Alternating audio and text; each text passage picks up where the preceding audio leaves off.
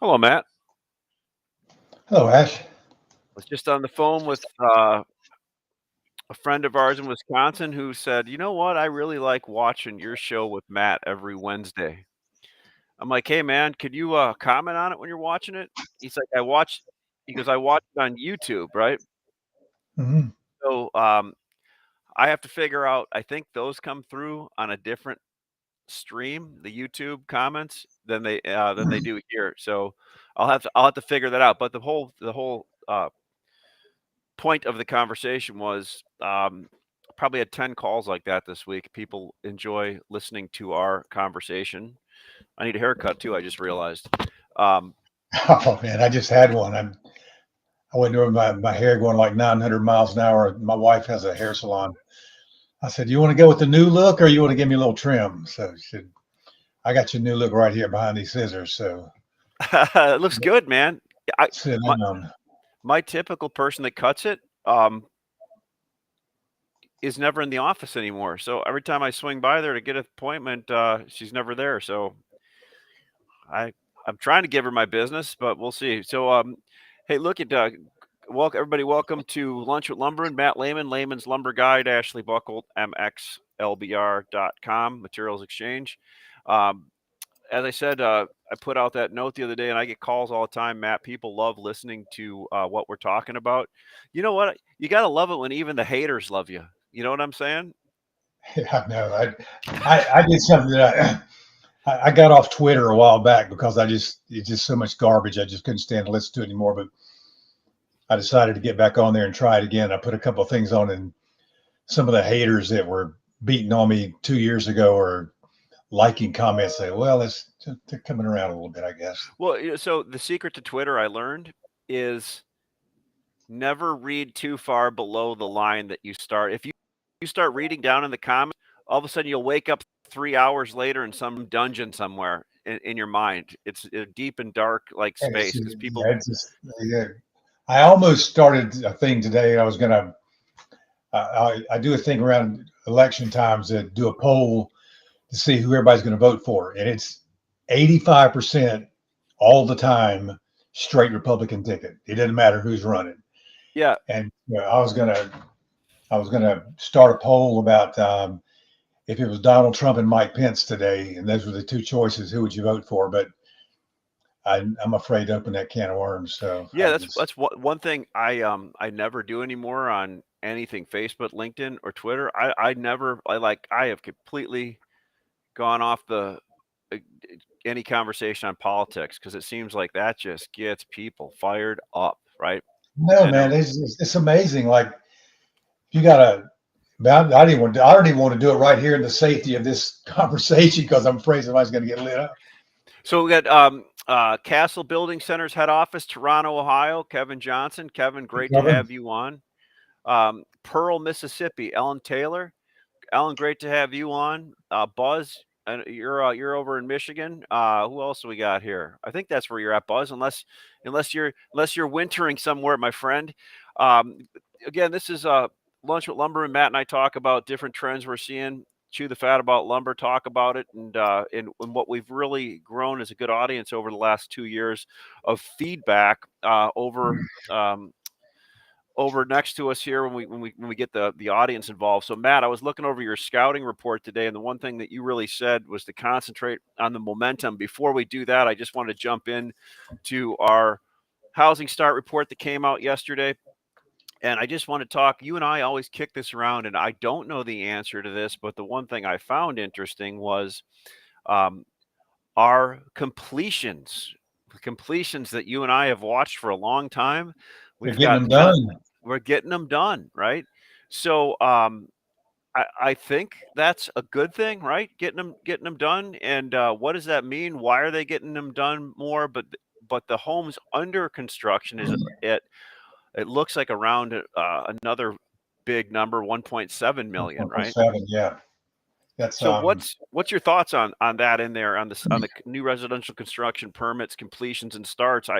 I'm glad they're getting it done, right? Because we were just hovering around that 1.3 for a while.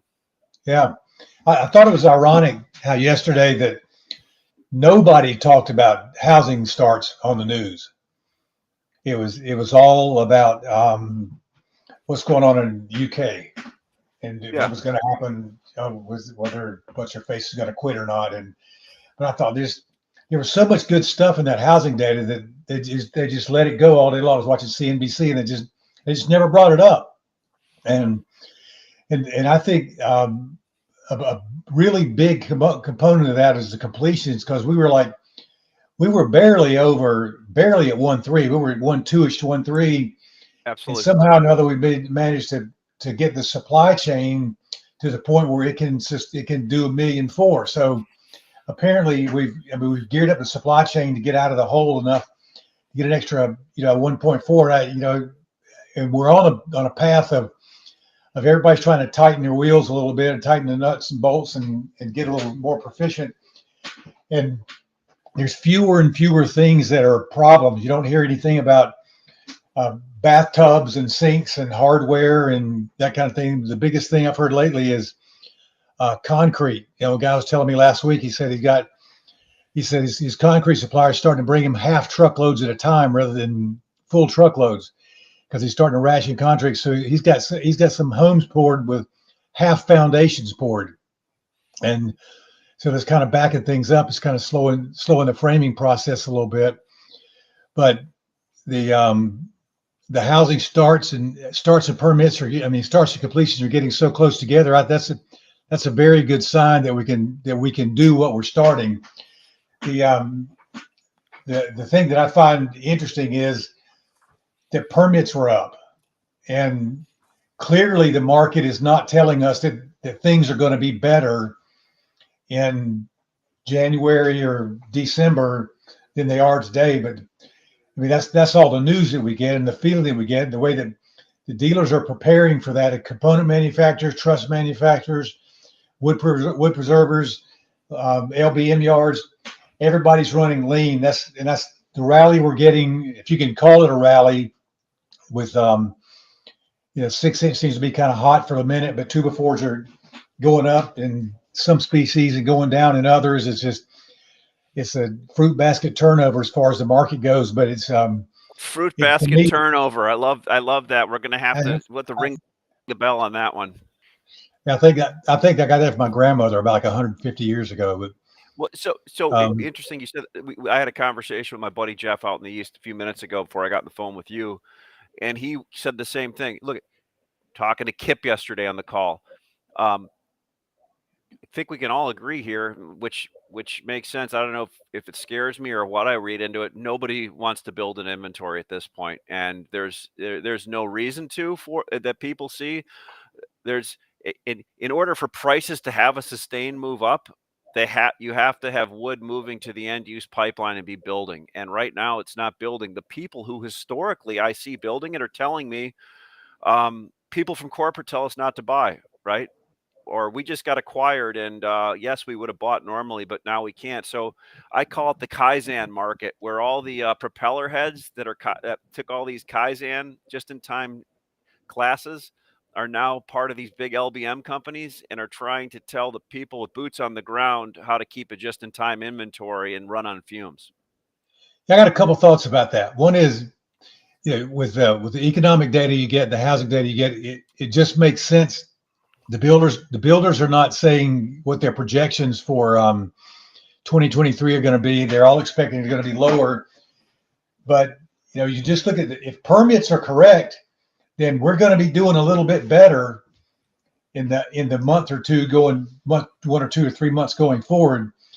And we've just got evidence right now, just this week and last week, of the market being so under inventoried, undersupplied on the dealer end, that it's just, you got a little bit of a panic, but there's enough on the other side of it to make enough fear on the backside of it to not get any follow through panic. So my expectations are the market's going to get weak again in November, because nothing's changed from a buyer's perspective to make them feel more optimistic. And we talk about that the only way the market can rise is for buyers have to be building inventory. But what I've realized out of this last couple of months is that's not always the case. The buyers just have to be buying more than the mills are making.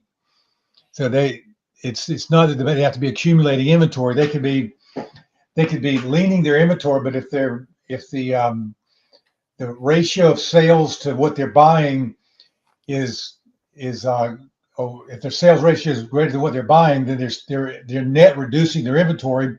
Outtake is still good, and the mills don't really get a chance to see what's there, what the real outtake is, because the inventory is so lean, and everybody's just in time buying and lean and getting leaner. We said a couple of weeks ago, and I feel like we're going to, if we get, all the curtailments right now seem to be coming from Western Canada.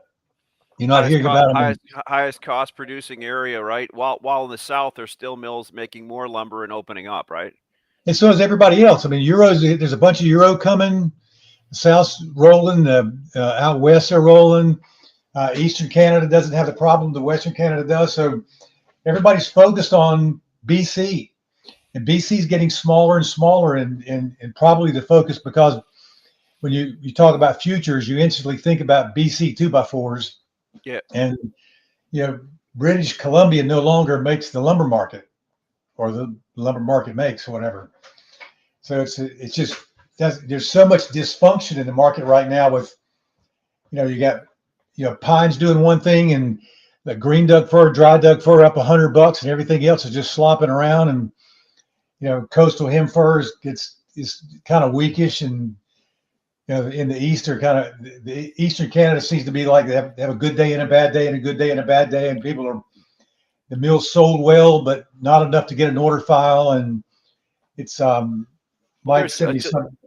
Jeff just joined in. Jeff was saying fundamentals for lumber are terrible. The only positive is that everyone is so negative, right? And it's like so. Jeff and I had a conversation before this. I'm like, Jeff, man, I go, a year from now we're gonna have a conversation, and we're gonna be like, wow, I didn't see it playing. I didn't see that coming. Or we're we're winding up for something. I don't know what it is, right? It's like, I talked to a mill the other day, and he goes, "We're busier than we think we should be right now.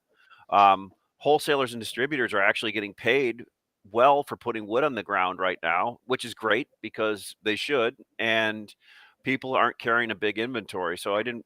But what I wanted to kind of do is tack and go into your scouting report and go down where you said kind of the direction of the market. I'll have Nick throw that up because I think that's kind of cool to look at. Um, if we go, if we Scroll down the bottom, Nick. also, I read your nasty November comment over there. It was pretty good. That was interesting. But if we scroll down to the bottom and we look at the momentum, we could talk about. So Southern Yellow Pine, um, direction down, accelerating. I mean, it seems like This is this is an easy schematic thing that I just thought of just a few weeks ago. But if you look at the past 3 weeks, you can see that the Southern Pine, for example, was 590 to 530. I'm trying to blow those numbers up, see what you got, but it was like $60 down, and but you can see the percentages of, it was 94% down. Change from week to week is 94%. So it shows you that the direction was down, and now it's down to 92%. So the percentage of change is getting lower, which means that the downside momentum is accelerating. Now, the thing that's unique about that is that's only the case in 2x4s. Everything else in Southern Pine seems to be a little bit, at least holding its own and firming. Which is interesting because 2x4 is the biggest item used in the obviously in the obviously in the component manufacturing, in multifamily, for floor joists, roof joists, all that kind of roof trusses, and it was high relative to everything else for such a long time. Yeah, it was about $200 higher than everything else. So it was the logical thing to run for getting the best ROI, was run 2x4s, and 2x12s are hot because you run the same board through a planer, and it's 12 inches wide versus 4 inches wide. You get a lot more board footage out in a day. But that's those things are coming into alignment, but they're still about 50 or $100 out of joint with everything else. So I think there's still some downside potential in the particularly the 4 inch, just to get in line with everything else. But things are getting so out of whack. So let's look at one that's going the other direction. So SPF Mill, a reporter called me the other day. He said, "Hey, I heard lumber is up $90 a thousand." I'm like, "Hold on." So first of all, I go, "I need to correct. Futures are up $90 a thousand, right? Yeah, Lumber, it's in there's in some people you have to explain them the difference between spot lumber and CME lumber, right? And and that's what needs to happen for spot to move, right? So that moved up, CME moved up. I don't know how much the actual cash is moving up. Maybe you know better than I do, Matt, on that one. cash is now depends on what you call cash. Is cash West Fraser's 2x4 price? 470, Yeah. and that's from 4.25, probably 420, something like that. So cash is up $50, but that's just a fill-in buy. I mean, there's nobody. I mean, when futures was up $50, the cash market was going nowhere, and futures are just rallying. It was on really based on just I think a speculative play on trying to some guys trying to beat the funds to the roll, and it pushed the market up a little bit, and So and there's a then we lot of got fun. There's a lot of funds that still have to roll right now that are heavy in there, and we'll see what happens after that's done. That's what yeah, somebody we've told been me. saying that for 2 weeks, and look what happens to the thing. It's Yeah, going up, yeah. but the spread went from like -20 to +15. Now it's back down to zero. Okay, so And coastal hem fir, we show going down. Green Doug fir is interesting, right? Because green and dry with Weyerhaeuser taking those curtailments and a few other things like green Doug fir and dry Doug fir, especially 4 inch, kind of popped pretty good, didn't it? yeah, it did. It was, and the thing that's interesting about it is Southern California and Phoenix are kind of one of the most overvalued and um, most declining in the housing market sector, and that's where that stuff goes. I mean, that's what they live off of that stuff. So there's just as interesting. Yeah, you just said who was everybody seeing on Green Doug fir, but it really a lot of times in a lot of markets, Green Doug fir leads the way out and the way down. Hmm. It used to be Southern Pine did it, but Green Doug fir is just kind of sneaky out there. It's got that captive audience of Southern California and Phoenix and the Sun Belt area out there, hot spots. So it tends to lead a little bit. And if that's the case, it's showing that we've got we had some strength already, just finished it, or we got more coming. I'm not sure, but when you look at just the colors there and see the Southern pine is weaker, spruce is stronger, dry fir is weaker, green fir is stronger. The directions are you got mixed directions and mixed momentums, and all of them, the downside seems to be accelerating and the upside seems to be accelerating. So it's just like just pulling in different directions all over the place. And in OSB, I've talked to a lot of folks about OSB.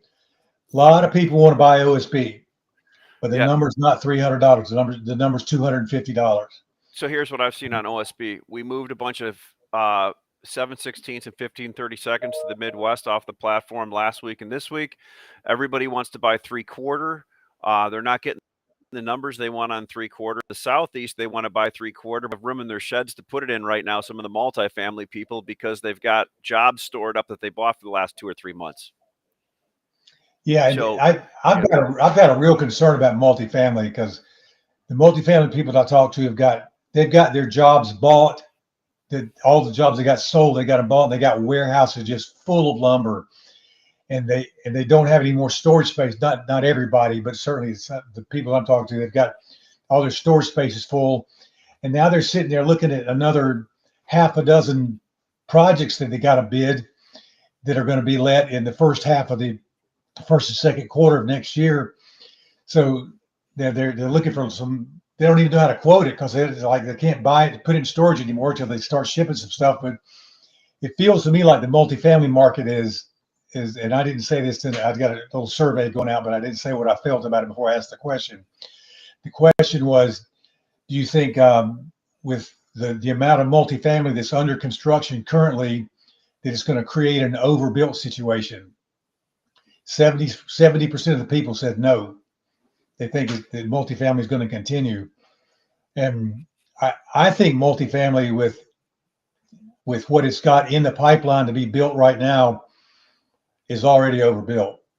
And when we won't see that until they get them completed, and you start seeing some 80 and 70% occupancy rates, and then it's going to be too late. But there's so much being bid right now for multifamily that the market's leaning on multifamily to be its savior.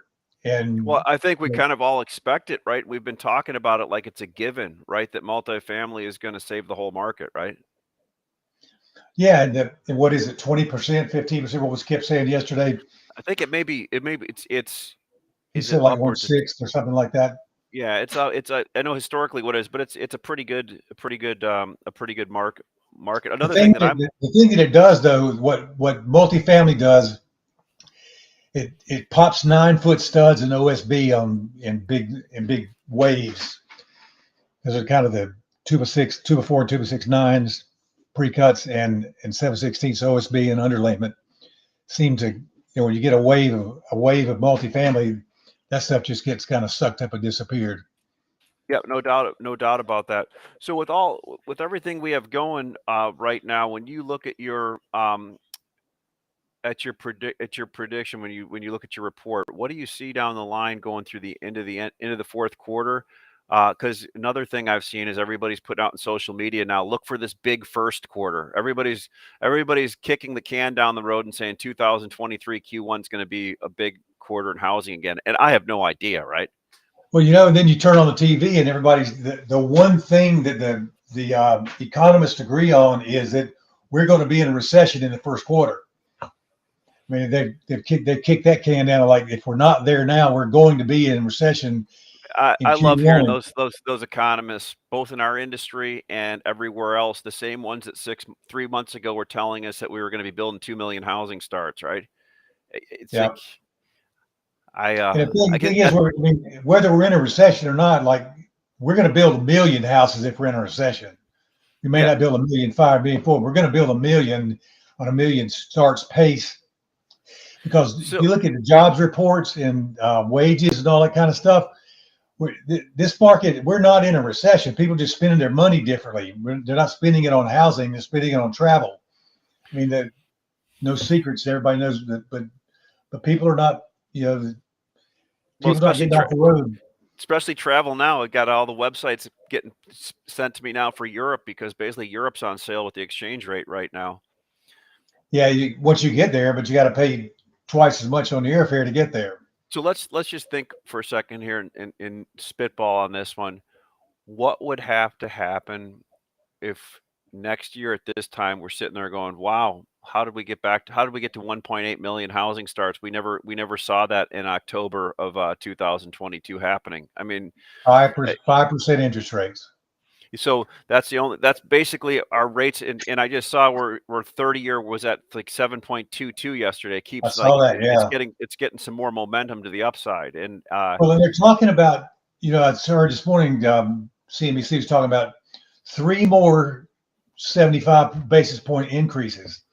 So we're talking about getting rates up to close to 10% and before it quits. And the thing that's going to be a shock for the market is when the Fed finally cuts the head off the snake and chokes everybody down. They said, okay, screw it. I'll stop spending money. I'm just going to go home and sit on my hands for a while.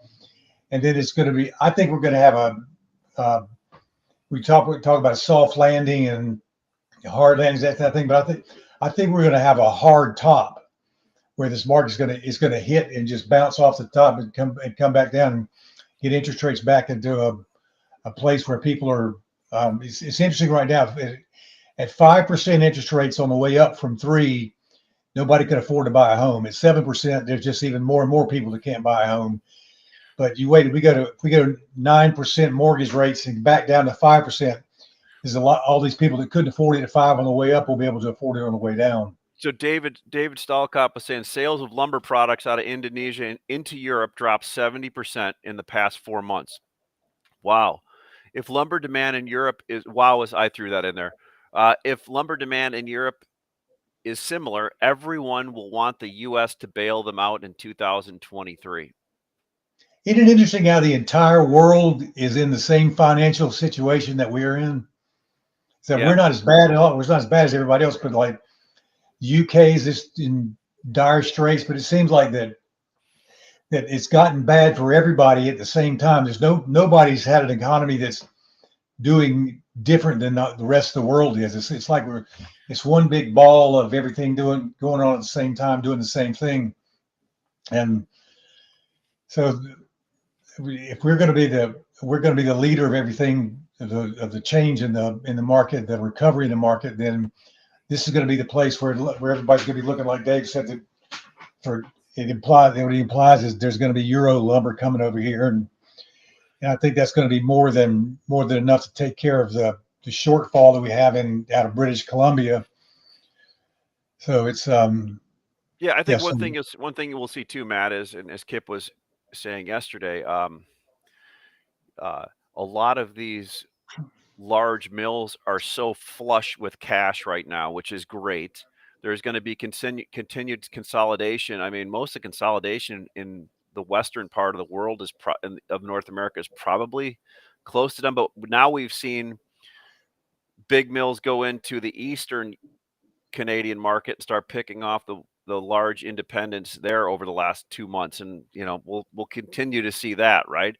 Uh, but the real place for growth is still in the southern U.S., where it has the most available, cheapest fiber, best access to labor, and close access to labor, labor that's not, uh, you know, confined or defined by just the forest products industry. I mean, the South are closer to bigger residential areas, and Kip was saying you go up to BC, some of these mills are 250 miles north of the border, right? And that's and it's a lot harder to get people, keep people, and run things. There's more planning. I shouldn't say there's more planning. It's a lot more to pull wood from the bush from a long ways away than it is in the South, in these southern pine mills that get more private gate timber and all that type of thing. yeah, and Kip was talking yesterday about you guys were talking about the turnover in the South of sawmills, like 55%. And there's a big difference in the population, the density of the population in the southeastern and in the South in general versus British Columbia. I mean, the people change jobs because they can. There's still all kinds of job shortages, and if it's not that people are not staying on those jobs because they don't like working in a sawmill. It's just that they get a better job somewhere else and go $5 an hour, take another job. So there's still these southern pine mills are still going to be in rural areas like in the South, just like they are, but they're still in closer proximity in a rural area in the South, maybe 50 miles from a major city or 25 miles from a major city, where Canada, the way I understand it, it may be a few hundred miles. Mm-hmm. So the workforce there's a bigger workforce to pick from in the South, and the issue is just going to be, you keep flipping your workforce like your inventory, and you have to keep training your people over and over and over again, and that's going to create some inefficiency in productivity. But I think it's too early to call how that's going to be. People are talking about now getting the second jobs to make up for their declining income because of the recession or inflation. And I just think that the job situation is such that companies profits are better. They can afford to pay more for wages, and I don't think there's going to be a problem with keeping sawmills staffed up. So Matt, what is the coming up for Layman's Lumber Guide this week and next week? Anything on the horizon we should know about? Are you gaining some new people, getting some good feedback? What are you seeing out there? I said this last week, and I'm still kind of surprised by it, but nobody wants to talk. It's almost like people are afraid of being wrong because there's, like Mike sent this thing out right before the show about confusion in the lumber market, and people just don't know. There's not a clear path ahead, and people are. A guy told me last week, for example, how short he was. Then he called me yesterday and said, I just had to suddenly cover all my shorts and take a little long position. It just switched from convincingly short one week to convincingly bullish the next week, and nothing really happened. I mean, nothing in part. I mean, it's October. There's nothing. I mean, we didn't have a big surge in business. It's just the market just got underbought, and I think we could expect more of that these volatile kind of up and down. I talked about this before. The volatility of the through the fall was going to be not price swings, but is the number of times that the price changes direction back and forth. And I think that's we still got that in front of us, and just multiple changes in direction when there's underbought, underbought conditions and undersupplied conditions. Those aren't going to go away. The big question is going to be, what are the mills going to do? And the mills have got a lot of cash. And I see on the buy side, I don't see any reason why. You talk about some of the big yards that are the corporate offices don't spend any money on inventory. My first reaction to that is, yeah, you're saving money so you can go out and buy some more lumber yards. They want to keep cash liquid so they can go ahead and accumulate more yards. The way you do that is you have a lower inventory and you turn it more often. Your cash flow is better. So I think that certainly has something to play into it as well. So we can expect more consolidation on the buy Yeah, side. and look, I'm not saying they're wrong, because so far this proved. And one thing that I heard that some of them are doing is, I was under the belief there'd be less contracts. Some of them are continuing with their contracts or adding more contracts, so they don't have to deal with the volatility. They have enough pricing power now where when the market moves, they have good enough contracts where they can. All they want is the fiber locked in, flowing at a certain rate, which um, almost makes you question, what are they, some of the buyers, if they have almost all their lumber coming in on contract, they really are just pushing paper around and facilitating, making sure stuff ships on time at that point, Yeah, right? the logistics people more than they are lumber Which is buyers. important, but it's less Yeah, speculative on the you become a working on the logistics of it, which is really important.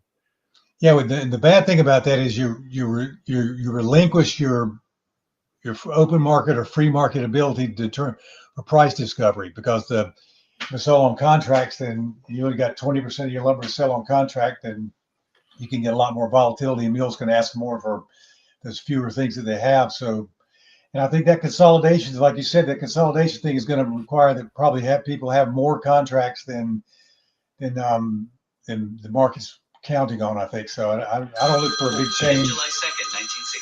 Well, the reason I Yeah, said, a friend of mine in the Midwest here made a comment. He goes, "I've been buying lumber for 5 years now," and he goes, "I've never realized how important the rebate was and all the back end deals, right?" Like, yeah, when these contracts get put together, they're attached to usually um, rebates at the end of the year, that type of thing too. So they're done for reasons. yeah. There's a lot of things out there that are happening that the average Joe doesn't know about. That, and it kind of makes sense. You get to be big, and you got 500 yards or 2,000 yards. You can swing a pretty big stick, because Yeah. without those people, I mean, if you're not participating with them, then you're an outlier. Yeah, no doubt. Yeah. Well, listen, Matt, it's we're up against our half an hour, so it was a good show. We had over 50 people live on this LinkedIn channel, and I'm sure on the other ones there was a lot more people live. So hopefully everybody can watch it or listen to it later on, and with their significant others, so they can learn more about the lumber business, Yeah, which is don't a forget beautiful thing. this is Friday night date night material right here, bud. All right, buddy. Well, have a great day. Thank you so much for spending the time, Matt. Thanks. Thank you guys for coming and participating as well. Appreciate it.